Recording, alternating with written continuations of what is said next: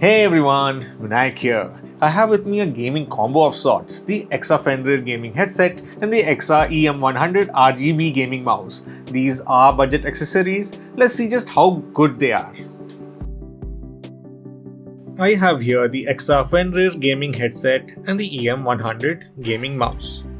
The Fenrir headset can work with the PS4, PS5, Xbox One, Nintendo Switch and also the PC using the 3.5mm jack. Let's get it out of the box. This is an accessory I like, the audio splitter. These are required by devices that have a separate microphone and headphone jack. Quite nice that it's included in the box. My desktop needs the splitter as the microphone and headphone jack are separate. But most laptops support the single 3.5mm audio and microphone connector. Now for the headphones. Pretty light, it is completely made of plastic. Let's get this protective wrapping off. The headband has this cool carbon fiber texture. The padding is quite thick too, unlike the T8 which was just a piece of rubber. The left cup has the manual volume control and the mic on-off switch. The headband is extendable, allowing to comfortably fit most heads. The internal support is metal, which is a plus at this price point. Just pull apart or push in to resize. This is the Fenrir design, which is a monstrous wolf from Norse mythology. This section will light up once connected to the PC. Here's the audio connector and the USB for lighting only. Would have liked everything to be through USB only, but you would lose compatibility with game consoles if they did that. The cups are over the ear and have really soft padding. It has 50mm drivers which are big. Here's the microphone, it can be angled for better access. It can also be rotated out of the way if not required. Connecting the USB to PC, we have these lights here on both sides of the headphone. Only the eyes seem to be lighting up. Turning off all the room lights, this is how it looks. A lot of smartphones are removing the headphone jack, so if you plan to use this with your phone, check if you have the port first. This is the quality of the mic of this headphone, not too bad I feel, and the audio is directly off the microphone and I have not added any EQ or FX to the recording. I think the voice is clear enough for multiplayer games where you are clearly audible to your team members.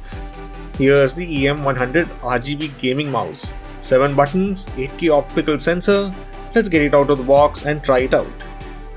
Oh, it's quite light. Looks quite nice. On top we have the standard left and right mouse buttons, the scroll wheel which is also a button which is the middle mouse button, a DPI button and the RGB FX button.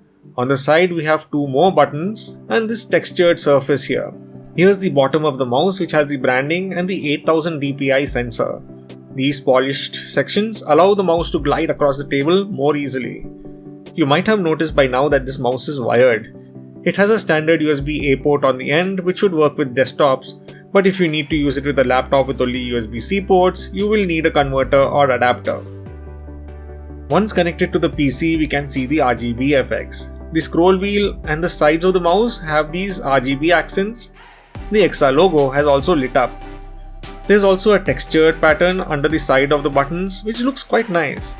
Using the DPI button on top, we can change the mouse DPI on the fly. When you press the DPI button, the mouse indicates the current DPI using the LED light by blinking for a few seconds.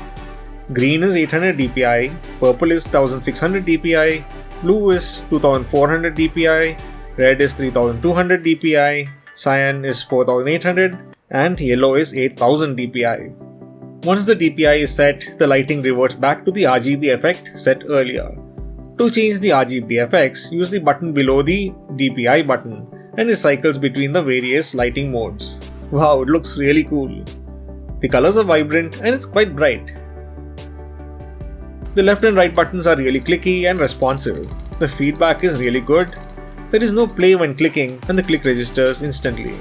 The scroll wheel is fine, notches are present on it to provide some traction and it felt okay and comparable to most gaming mice.